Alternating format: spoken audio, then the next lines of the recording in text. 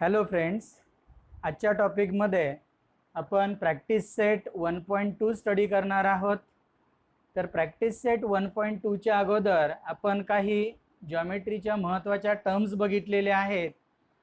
तर त्या टर्म्सवर आधारित हा प्रॅक्टिस सेट 1.2 आपण स्टडी करणार आहोत. मी फर्स्ट क्वेश्चन बोर्डवरती अगोदरच लिहिलेला आहे. तर काय दिलेलं आहे बघा. First question, the following table shows points on a number line and their coordinates decide whether the pair of segments given below in the table are congruent or not. तर इथे काही पेअर ऑफ सेगमेंट्स दिलेले आहेत, ते आपल्याला congruent आहेत की नाही ते दाखवायचे आहेत. तर त्यासाठी आपल्याला काही पॉइंट्स दिलेले आहेत, त्यांचे कोऑर्डिनेट दिलेले आहेत. पॉइंट्स आणि कोऑर्डिनेट यामधलं रिलेशन आपण फर्स्ट व्हिडिओमध्ये बघितलेलं होतं, त्याचा आपल्याला इथे यूज करायचं आहे. तर सेगमेंट केव्हा कॉन्ग्रुअंट असतात हे आपण बघितलेलं होतं. केव्हा कॉन्ग्रुअंट असतात दोन segment? If their lengths are equal. मग आपल्याला प्रत्येक पेअर मधले सेगमेंट कॉन्ग्रुअंट आहेत की नाही हे कसं कळेल? तर आपल्याला त्यांची लेंथ फाइंड आउट करावी लागेल. Length means what? Length means distance. For example आपल्याला डी ची लेंथ फाइंड आउट करायची. काय करावं लागेल आपल्याला? डिस्टन्स डी जर आपण फाइंड आउट केलं, distance between point D and E म्हणजेच लेंथ ऑफ सेगमेंट डी. हे रिलेशन आपण लास्ट व्हिडिओमध्ये बघितलेलं होतं, याचा आपल्याला इथे यूज करायचा आहे. मग डिस्टन्स कसं फाइंड आउट करायचं? कोऑर्डिनेट दिलेले असतील पॉइंटचे, तर डिस्टन्स कसं फाइंड आउट करायचं हे आपण शिकलेलो आहोत, त्याचा आपण इथे यूज करूया.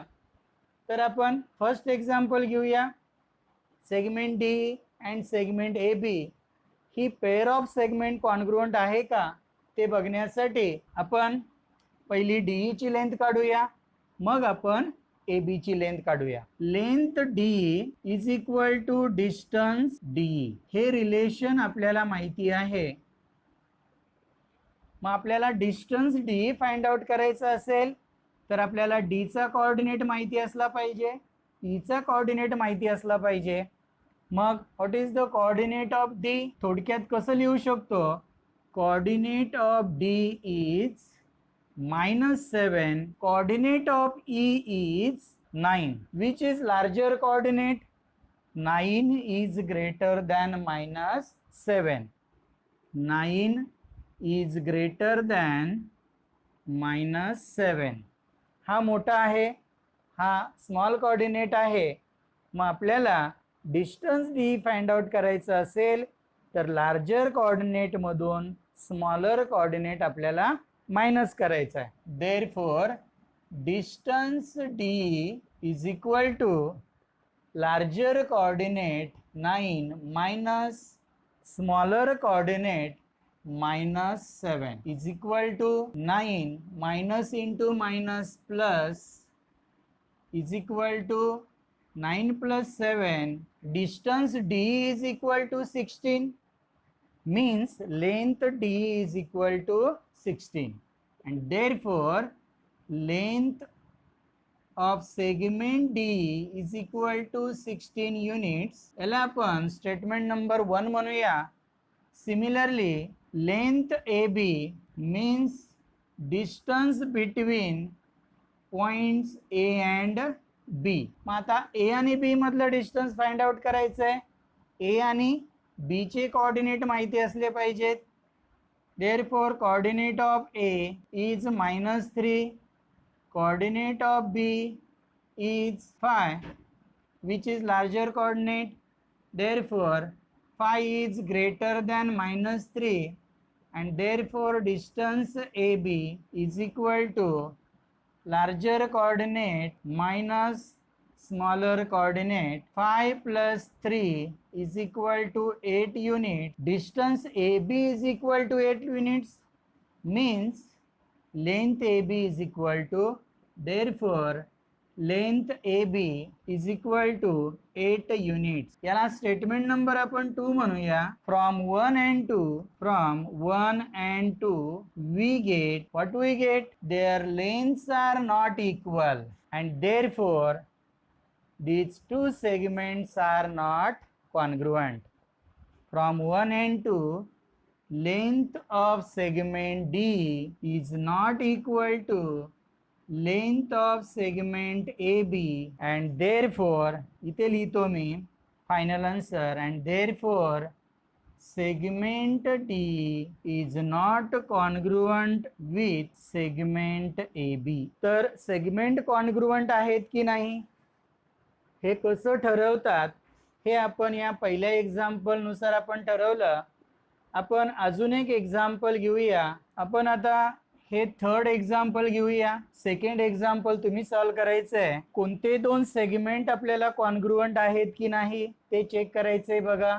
Segment B and segment AD. मग फर्स्ट एक्झाम्पल प्रमाणेच आपल्याला बघायचंय. Length B is equal to distance B, distance between point B and E. मग आपल्याला distance between B and E जर काढायचं असेल तर बी चा कोऑर्डिनेट आणि ई चा कोऑर्डिनेट आपल्याला फाइंड आउट करावं लागेल. काय आहे बघा बी चा coordinate. Coordinate of B is 5. E चा coordinate of E is 9 and therefore which is larger coordinate? 9 is greater than 5 and therefore distance B is equal to larger coordinate minus smaller coordinate. 9 minus 5 is equal to 4 units. Distance between point B and E means length of line segment B and therefore length of line segment B is equal to 4 units. याला आपण statement number 1 म्हणूया. Similarly आपल्याला segment eddy ची length काढायची आहे. Similarly length of line segment AD is equal to distance between the points A and D. मग आता ए आणि डी मधलं डिस्टन्स फाइंड आउट करायचं आहे. काय करावं लागेल? ए आणि डी चे कोऑर्डिनेट लिहावे लागतील. Coordinate of A is -3, coordinate of A is -3, coordinate of D is -7. Which is larger coordinate? -3 is larger than -7 and therefore -3 is greater than -7 and therefore distance between the points A and D is equal to -3 minus -7, -3 minus into minus plus and 7 minus 3 is equal to 4 unit. Distance between A and D means length of line segment AD and therefore length of line segment AD is equal to 4 units. Say statement number 2. From 1 and 2, 1 आणि 2 आपल्याला compare करायचे. 1 आणि 2 च्या right side equal आहेत म्हणजेच त्यांच्या left side equal होतील. मग काय म्हणता येईल बघा. From 1 and 2 we get length of line segment B is equal to length of line segment AD and therefore segment B is congruent. कॉन्ग्रुएंटचं साइन काढायचं आहे विथ सेगमेंट AD. तर अशा प्रकारे हे पेअर ऑफ सेगमेंट कॉन्ग्रुएंट आहेत की नाही हे आपण पहिल्या आणि तिसऱ्या एक्झाम्पल मध्ये ठरवलं. आता हे सेकंड जे एक्झाम्पल आहे हे दोन सेगमेंट कॉन्ग्रुएंट आहेत की नाही हे तुम्ही शोधायचं आहे आणि याप्रमाणे मग व्हिडिओ पॉज करून हे तीनही एक्झाम्पल्स तुम्ही तुमच्या नोटबुकमध्ये लिहून काढायचे आहेत. आपण नेक्स्ट प्रॉब्लेम बघूया. काय दिलेलं आहे बघा सेकंड प्रॉब्लेम मध्ये. Point M is the mid point of segment A B. If length of segment A B is 8 then find the length of segment A M. तर आपल्याला मिड पॉइंट दिलेला आहे. M is the mid point दिलेला आहे आणि last video मध्ये आपण mid पॉइंटची property बघितलेली होती. फॉर्म्युला बघितलेला होता सेगमेंटचा मिड पॉईंट. तर तुमच्या माहितीसाठी मी इथे डायग्रॅम काढलेली आहे. सोल्युशनसाठी डायग्रॅमची आवश्यकता नाही, फक्त तुम्हाला समजण्यासाठी मी डायग्रॅम काढलेली आहे. समजा सेगमेंट एमचा एम हा मिड पॉईंट आहे. मिड पॉईंटमुळे सेगमेंटचे दोन इक्वल पार्ट होतात, हे आपण बघितलेलं होतं. सेगमेंटच्या मिड पॉईंटमुळे सेगमेंटचे दोन कॉन्ग्रुअंट पार्ट होतात, हे आपलं फर्स्ट मिनिंग होतं. आणि सेकंड मिनिंग आपण बघितलेलं होतं, length of each part is equal to half of the segment. हे आपण त्या फॉर्म्युल्यामध्ये बघितलेलं होतं. आपल्याला ए बी ची लेंथ दिलेली आहे 8 आणि आपल्याला या सेगमेंट एम ची लेंथ काढायची आहे. मग गिवन पासून आपण सुरुवात करूया. Point M is the mid point of segment A B given and therefore direct आपण फॉर्म्युला लिहू शकतो. Therefore length of segment M is equal to half of AB and therefore half into length AB is 8 is equal to, इथे आपल्याला divide करता येईल 4 unit and therefore length of segment AM is equal to 4 unit. तर अशा प्रकारे आलेला answer पुन्हा लिहायचं आहे आणि शक्यतो त्याला फ्रेम करायची आहे. तर तुम्हाला हे समजलं असेल. खूप महत्त्वाचं एक्झाम्पल आहे आणि मिड पॉईंट ऑफ सेगमेंट आपण पुढेही काही चॅप्टरमध्ये अशाच प्रकारे सॉल्व करणार आहोत. तर हा फॉर्म्युला तुम्ही लक्षात ठेवायचा आहे. अशाच प्रकारे आपण थर्ड एक्झाम्पल बघणार आहोत. काय दिलेलं आहे बघा थर्ड प्रॉब्लेममध्ये. सेकंड प्रॉब्लेम प्रमाणेचा प्रॉब्लेम आहे. P is mid point of segment C D. P हा मिड पॉईंट आहे, म्हणजे हे दोन सेगमेंट कॉन्ग्रुअंट होतील. Length CP is equal to 2.5. CP ची लेंथ 2.5 दिलेली आहे. Find length of segment CD. आपल्याला या सेगमेंटची लेंथ फाइंड आउट करायची आहे. मिड पॉईंटचाच फॉर्म्युला आपल्याला यूज करायचा आहे. मग गिवन पासून आपल्याला स्टार्ट करता येईल. Point P is the mid point of seg CD given and therefore mid point of सेगमेंटचा फॉर्म्युला आपल्याला यूज करायचा आहे. CP is equal to half of CD and therefore CP is equal to half into length of line segment CD. But we have given length of segment CP. Therefore, CP is 2.5 is equal to half into CD. आपल्याला CD find out करायचं आहे. या 2 ला इकडे shift करावं लागेल. 2 इकडे divide आहे, इकडे आल्यानंतर मल्टिप्लाइड होईल. and therefore 2.5 into 2 is equal to CD and therefore ह्या दोघांचा product phi is equal to CD and therefore length of line segment CD is equal to 5 units. तर अशा प्रकारे अतिशय सोपं एक्झाम्पल होतं. तुम्हाला ते नक्कीच समजलं असेल. तर ही 2 टाईपचे एक्झाम्पल्स होते. सेकंड प्रॉब्लेममध्ये सेगमेंटची लेंथ दिलेली होती. तर मिड पॉईंटमुळे जे 2 पार्ट होतात त्यापैकी एकाची आपल्याला लेंथ काढायची होती. या प्रॉब्लेममध्ये मिड पॉईंटमुळे जे 2 पार्ट होतात त्यापैकी एकाची लेंथ आपल्याला दिली आहे, तर आपल्याला सेगमेंटची लेंथ काढायची होती. तर हे दोन्ही प्रकार नीट लक्षात ठेवा. तुम्हाला समजला असेल हा प्रॉब्लेम तर व्हिडिओ पॉज करा आणि लिहून काढा. आपण नेक्स्ट प्रॉब्लेम बघूया. काय दिलेलं आहे बघा. नेक्स्ट प्रॉब्लेममध्ये length of segment AB is 5 centimeter, BP is 2 centimeter and AP is 3.4 centimeter. Compare the segments. 3 सेगमेंटच्या length दिलेल्या आहेत. ते सेगमेंट आपल्याला कंपेअर करायचे. मग आपण काय करूया बघा. Length AB is equal to 5 centimeter, length BP is equal to 2 centimeter, length of segment AP is equal to 3.4 centimeter given. त्यांच्या लेंथ मध्ये आपण कंपेअर करूया. AP ची लेंथ सर्वात मोठी आहे. 5 is greater than 3.4 is greater than two descending ऑर्डरने आपण असे लिहिलेत. And therefore length of segment A B is greater than length of segment A P is greater than length of segment B P. आपण हे number लिहिले आणि हे numbers म्हणजे त्या सेगमेंटच्या लेंथ आहेत. And therefore segment A B is greater than segment A P is greater than segment B P. तर अशा प्रकारे आपल्याला जर सेगमेंटच्या लेंथ माहिती असतील तर आपल्याला ते सेगमेंट कंपेअर करता येतील. कोणता सेगमेंट सर्वात मोठा आणि कोणता छोटा ते आपल्याला यावरून ठरवता येईल. तर अतिशय सिंपल क्वेश्चन होता. तुम्हाला त्याचं सोल्युशन समजलं असेल. आपण नेक्स्ट प्रॉब्लेम घेऊया.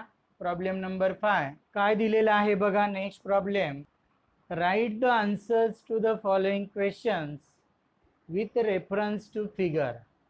एक फिगर आपल्याला दिलेली आहे आणि त्या फिगरवरून इथे 7 क्वेश्चन्स दिलेले आहेत. त्याचे आन्सर्स आपल्याला लिहायचे. आपण एक एक करून क्वेश्चन घेऊया. Right the name of the opposite ray of ray R P. Opposite ray म्हणजे काय आपल्याला माहिती आहे. तर हा जो रे आर पी आहे त्याचा अपोजिट रे आपल्याला लिहायचा आहे. रे आर पी म्हणजे त्याची सुरुवात इथून होते इकडे. अपोजिट रे म्हणजे आर पासून त्याची सुरुवात होईल या बाजूला. मग अपोजिट रेचं नाव आपण काय लिहू शकतो. रे आर एस लिहू शकतो म्हणजे ही डायग्रॅम, किंवा रे आर टी असंही लिहू शकतो.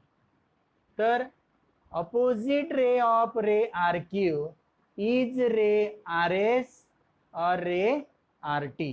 कशाही प्रकारे लिहिलं तरी चालेल. The opposite ray of ray R P is ray R S or ray R T. तर दोघांपैकी एक किंवा अशा प्रकारे दोन्हीही या रेची नावं लिहिली तरी चालेल. तुमच्या लक्षात आलं असेल. नेक्स्ट क्वेश्चन बघूया आपण. Right the intersection set of ray P Q and ray R P. Intersection set, union set algebra मध्ये तुम्ही फर्स्ट चॅप्टर मध्ये बघितलेला आहे. इंटरसेक्शन ऑफ टू सेट्स म्हणजेच त्या दोन सेट मध्ये जो कॉमन पार्ट असेल त्याला आपण इंटरसेक्शन ऑफ टू सेट्स म्हणतो किंवा इंटरसेक्शन ऑफ सेट. तर जे कॉमन इलेमेंट आहेत सेट चॅप्टर मध्ये तुम्ही बघितलेले आहेत. कॉमन इलेमेंट दोन सेट्स मध्ये जे कॉमन इलेमेंट आहे त्या कॉमन इलेमेंटला आपण एकत्र केलं की त्याला इंटरसेक्शन ऑफ सेट असं म्हणायचं.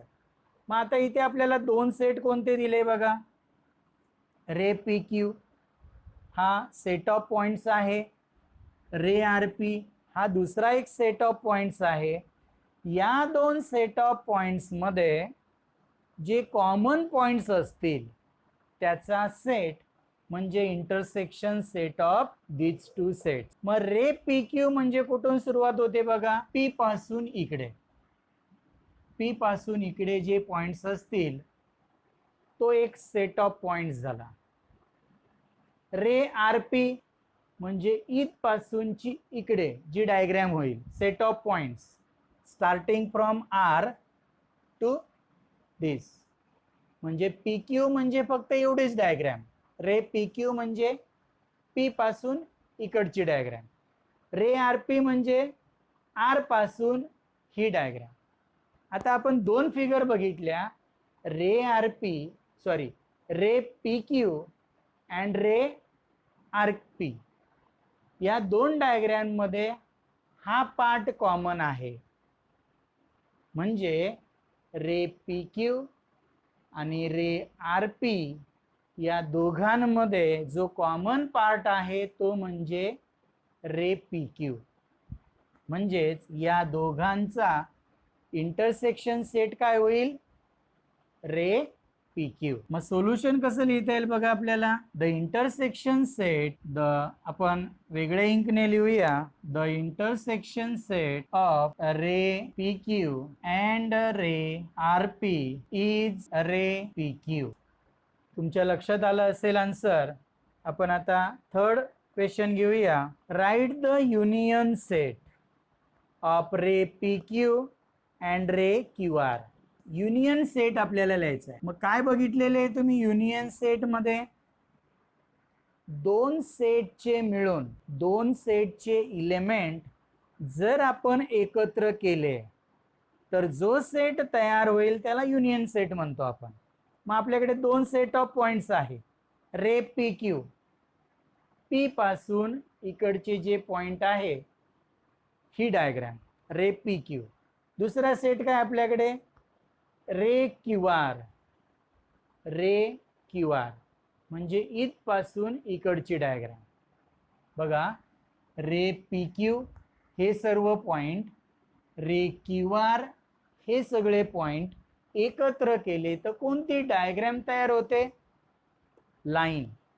म्हणजे या दोन सेट ऑफ पॉइंटचा युनियन म्हणजेच ही लाईन असणार आहे. हा रे आणि हा दुसरा रे दोघे एकत्र झाले तर आपल्याला लाईन मिळते. मग आपल्याला आन्सर कसं लिहिता येईल बघा. The union set of ray P Q and ray Q R is line. मग या लाईनचं नाव दोन लेटरने काही लिहू शकतो आपण.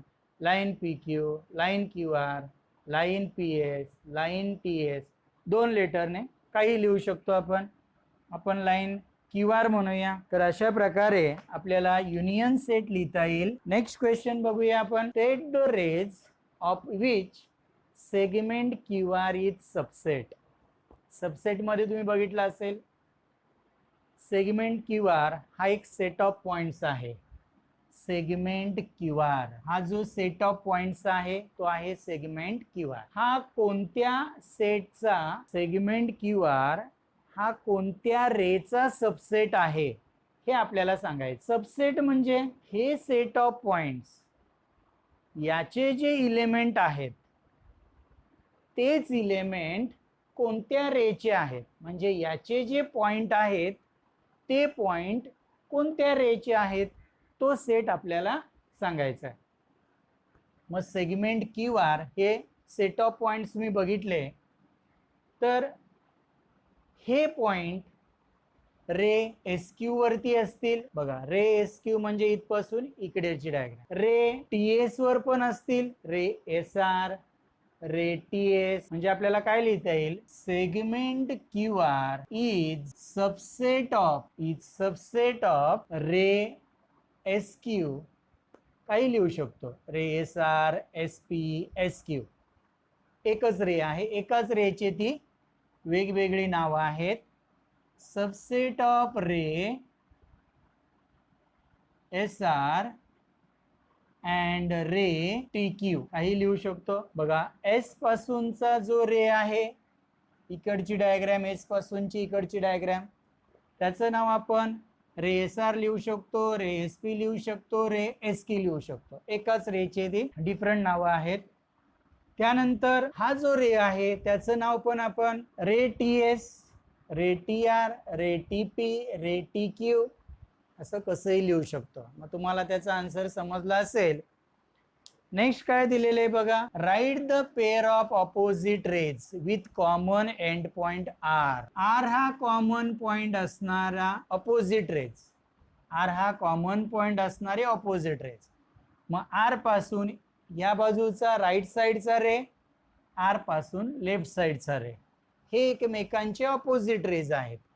मग या रेचं नाव रे आर पी किंवा रे आर क्यू असंही लिहू शकतो. रे आर एस किंवा रे आर टी असंही लिहू शकतो आपण. मग काय लिहिता येईल आपल्याला? The pair of opposite rays with common point R, common end point R, R ray R P and ray R S. तुम्ही रे आर क्यू आणि रे आर टी असंही लिहू शकता. Next one. Right any two rays with common end point. कोणतेही दोन raise आपल्याला लिहायचे, त्यांचा कॉमन एंड पॉइंट असला पाहिजे. कुठलाही घेऊ शकतो आपण. समजा आपण हा एंड पॉइंट घेतला ray S R, ray S T. समजा आपण हा एंड पॉइंट घेतला ray P Q, ray P R. अशा प्रकारे अपोजिट रेज आपल्याला लिहायचे. Right any two rays with common end points. कोणतेही दोन राहायचे त्यांना कॉमन एंड पॉइंट असला पाहिजे. Ray R P, ray R S, ray P R, ray P Q यांना एंड पॉइंट आहे कॉमन पी. आर पी आणि आर एस ला कॉमन आर, एस आर आणि एस टी ला कॉमन एस. अशा कोणत्याही दोन रेची नावं तुम्ही लिहू शकता. Right the intersection set of ray S P and ray S T. बघा इंटरसेक्शन सेट म्हणजे त्यांच्यामधला कॉमन पार्ट आपल्याला सांगायचा आहे. रे एस पी म्हणजे या एस पासून ती डायग्राम सुरू होते, ही फिगर रे एस पी. आणि दुसरा कोणता आहे रे एस टी. रे एस टी बघा, एस पी म्हणजे ही डायग्राम राईट साईडची, एस टी म्हणजे ही डायग्राम लेफ्ट साईडची. आणि दोघांना फक्त कॉमन काय आहे, only point S. Point S is only the common point. म्हणजेच intersection of these two rays ray S P and ray S T यांच्यामध्ये फक्त हा एस हा एकच कॉमन पॉइंट आहे. म्हणजे या दोन रेचा इंटरसेक्शन असेल the intersection set of rays ray S P and ray S T is point S. तर अशा प्रकारे या सगळ्या प्रश्नांचे आन्सर्स तुम्हाला समजले असतील तर व्हिडिओ पॉज करा आणि तुमच्या नोटबुकमध्ये हे लिहून काढा. आपण नेक्स्ट प्रॉब्लेम बघूया. Problem number 6.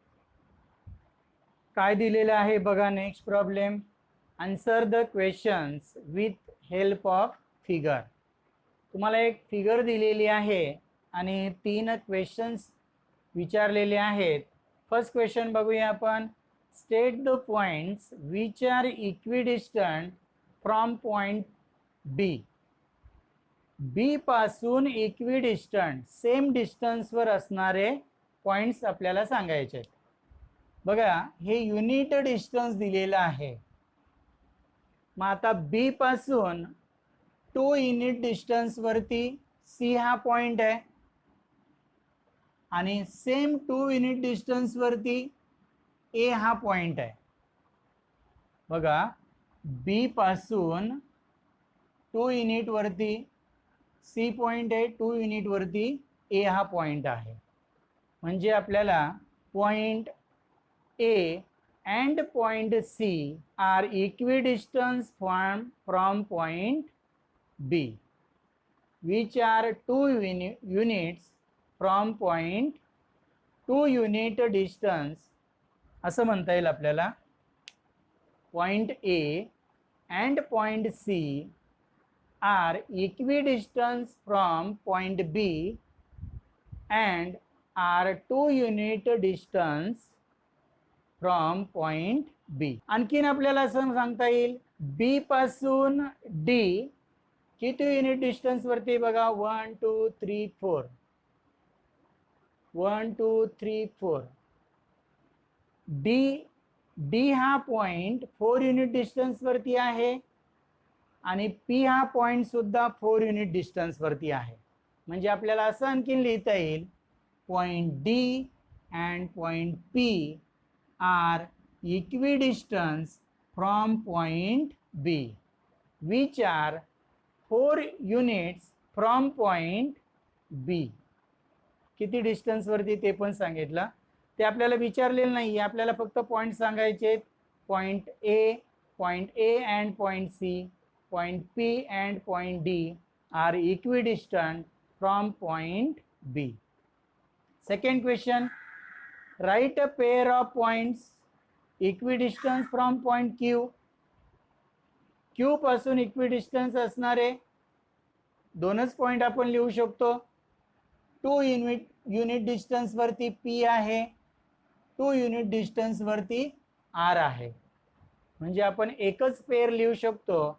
Point P and point R are equidistant from point Q which are 2 units distance from point Q. अशा प्रकारे तुम्हाला याचा आन्सर लिहिता येईल. Find distance U V, distance P C, distance V B, distance U L. कसे find out करायचे तुम्हाला माहिती आहे.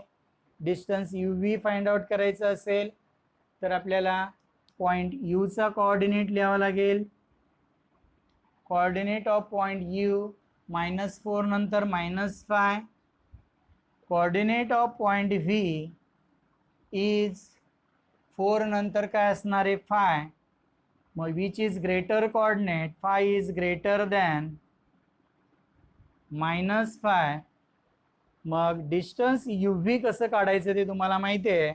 Larger coordinate minus smaller coordinate. तर हे 4 डिस्टन्सेस तुम्हाला फाइंड आउट करता येतील, कारण अशा प्रकारचे एक्झाम्पल्स आपण अगोदर बघितलेले आहेत. तर हा पूर्ण क्वेश्चन तुम्ही सॉल्व करायचा आहे. तर तुम्हाला हा प्रॅक्टिस सेट समजलेला असेल तर पुन्हा एकदा व्यवस्थित रीड करा आणि तुमच्या नोटबुकमध्ये लिहून काढा. थँक्यू.